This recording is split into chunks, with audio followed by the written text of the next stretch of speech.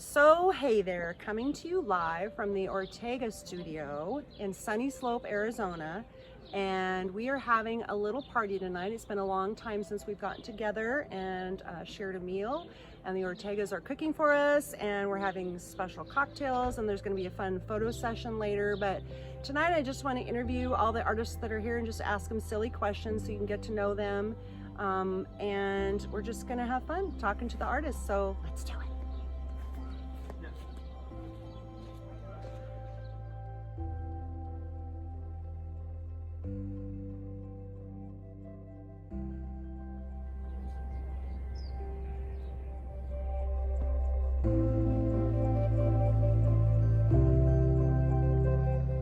So April, Diana, how long have you been an artist?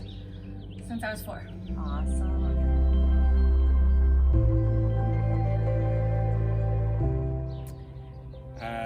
When I could pick up a pencil, I think.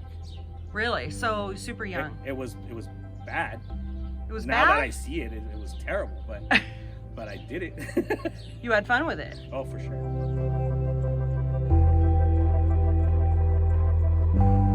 Had a big chalkboard that my mom would carry all around the house for me, and I would draw with my chalk, and she was taking photos back when I was 3.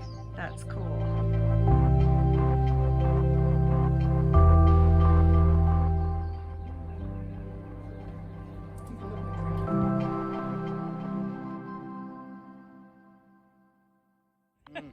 How long have you been an artist? As long as I can remember. See, that's the answer tonight. And what is your medium of choice? Oil paint. I like smearing colored goo on flat surfaces to make them look three-dimensional. Didn't you do restoring for a while? Like, I did art restoration for about 6 or 7 years. Antique paintings, usually 100, 200 years old. and does that help? Did that help you be a better painter? Like, do you feel like you understand? There was a lot of color matching and sculpting involved in that. It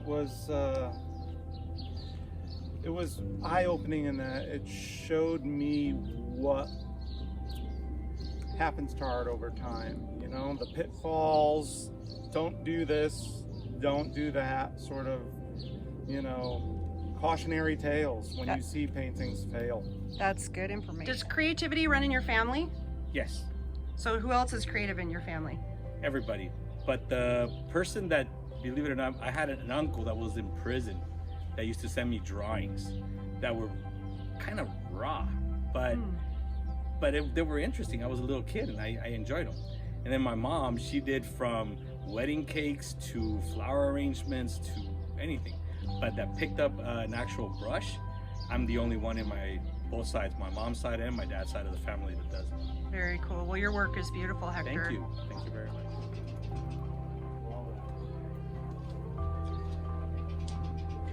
Hey there, fella. I hear this is your place. It is. The whole place. So we're just talking about art. How important is your space to creating art? I found out last year it's the most important thing I had. Do you think that's why artists live and create in interesting places, because it's part of their productivity? I've always lived in an art colony. Growing up in California, in Carbon Canyon, and then Laguna Beach, and then in Hawaii on the North Shore. And this has got what I like, which is a lot of privacy. Show me around the corner. Let's go around the corner. Let's hope there's no snakes. Yes, This way? I've seen where your bees are. Oh yeah, Yeah. they settle down at night. I haven't been to my office in a year and a half, so. Speaking of office, so I know that you had a whole other career, but I mean, we always think you of our friend Larry the artist, but you've had a career. What was your career? 36 years in the shopping center industry, in the clothing industry, and actually gave my retirement notice to Colliers about 2 weeks ago. I said, hey, I've got one last deal. I'm putting it in escrow, and after that, it's adios. Now, I happen to know that you had a different major before you became an artist. Tell us what that was. It was criminal justice. And why criminal justice? My dad was a cop, and I was gonna be not only a cop, I was gonna be a detective, maybe FBI. That's cool. Yeah, I So thought when you headed towards art, what did your family think of that? they liked it when I was young. Ah. When I was not so young, it's not, you don't make money on art, they said, and they weren't wrong. What you doing, April? Making a photo How come? because it's so pretty. It's so pretty. How important is pretty? Pretty runs my everyday life. That's a good answer.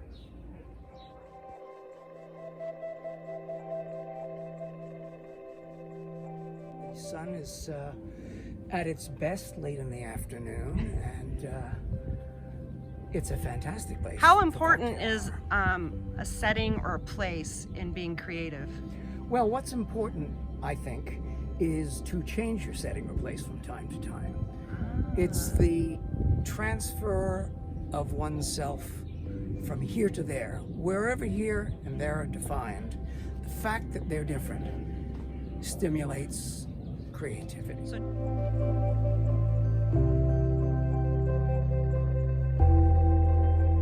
Are you scared of bees? Yes. Are you standing close to them right now? Yes. Yes. But the that's trick fun. is not to swat them. You don't swat No? them and they won't bother you. Oh my gosh, look at the light coming off. This is what happens this time of the day. The light makes everything beautiful, and then if you've had a cocktail, it's even more beautiful. And then with other creative people, you talk about how beautiful it is, and it's just worth getting stung sometimes. So how important is being with other artists as part of the creative process? Like, do you need to be with other artists? Because, you know, being an artist, you're alone a lot. But I certainly like to interact socially as a kind of counterpoint to working in a vacuum all day long.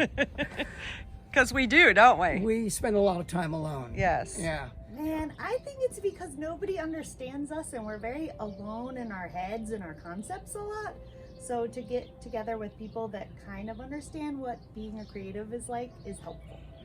I was born here. I didn't work at the hospital. I was born at the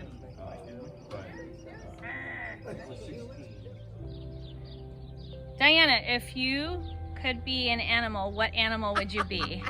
An oak tree. That's not an animal. I'm sorry, what, did you want to get that on film? Your grooming? No, I was just. So you know, does your beard have its own Facebook page or Instagram page or? It wants to. I don't let it. I am the boss. Oh, here's another question. Just died. Here's another question, John, because I know this about you, that you are very funny. No, that's not true. I'm not the least bit funny. I think a lot of artists. Nothing I've ever said has brought a giggle or a laugh or a Oh my gosh, chuckle. you've been making me laugh since the moment I met you. No. Come on now. No. Thank you, Mr. Schieffer. You're Okay. you're amazing interview. This is weird.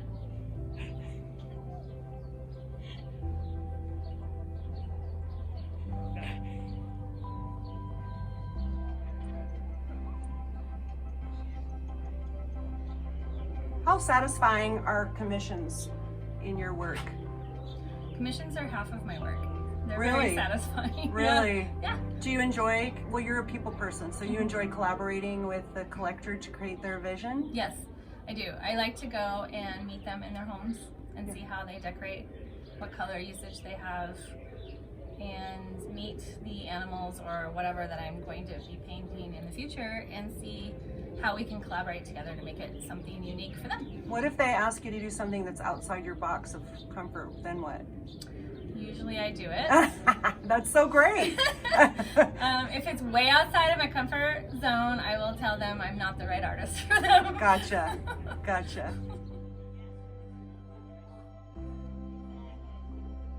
You're an artist. I am an artist. In the kitchen and on the I finally declared that. And what's your medium?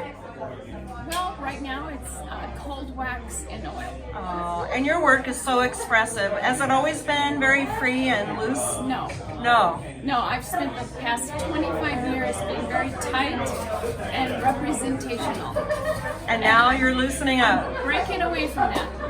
What caused that, do you think? What made you want to do that, or what was Because it? I was getting so frustrated with my pastels. It was like, I just need to do something different. If just something inside says, do something different. So in an act of frustration, you got creative and let that go and moved on. I did. Well, your work is beautiful, Santa. Thank you for hosting us tonight. Thank you. It's my I received a lovely note from a young woman, the friend of a young friend of mine who has now become a collector.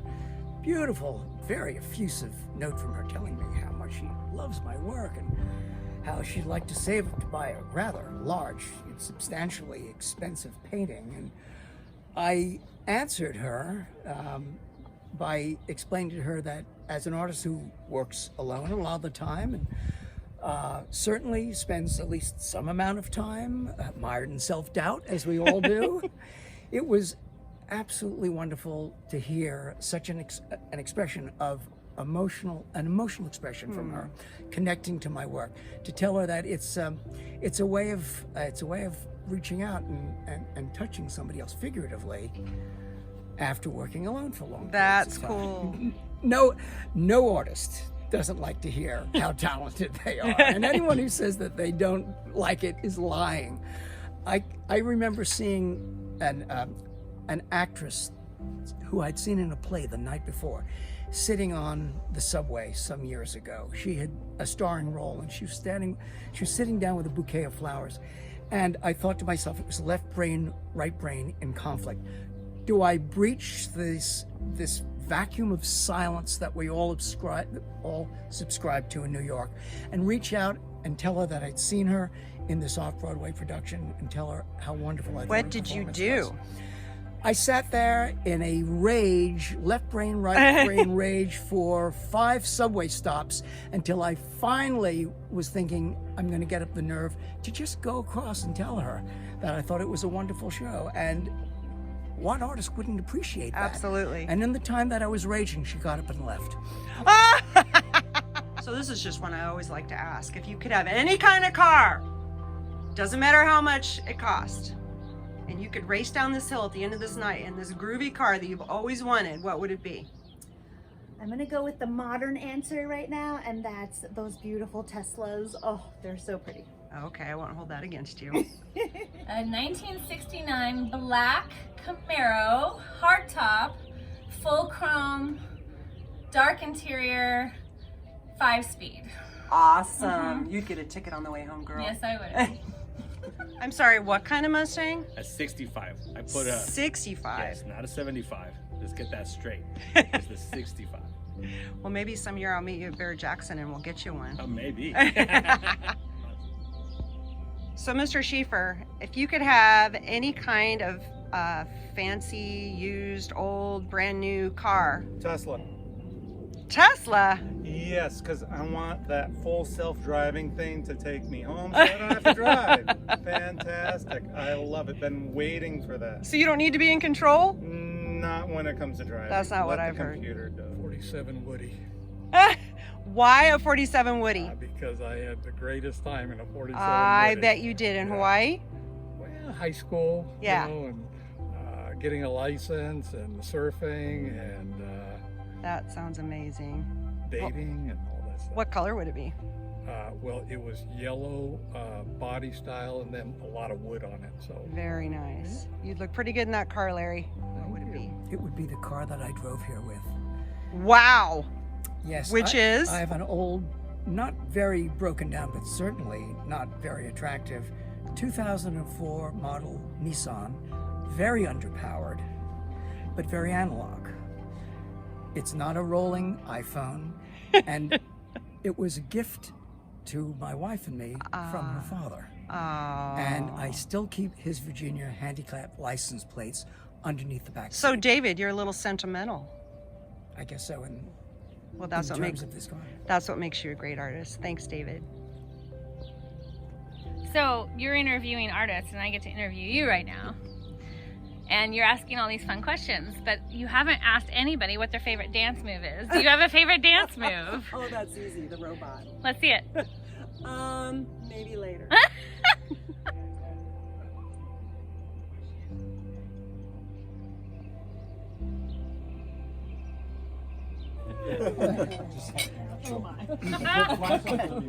You look enormous right now, Mr. Schiefer. Back to the hospital after dinner. It's fine.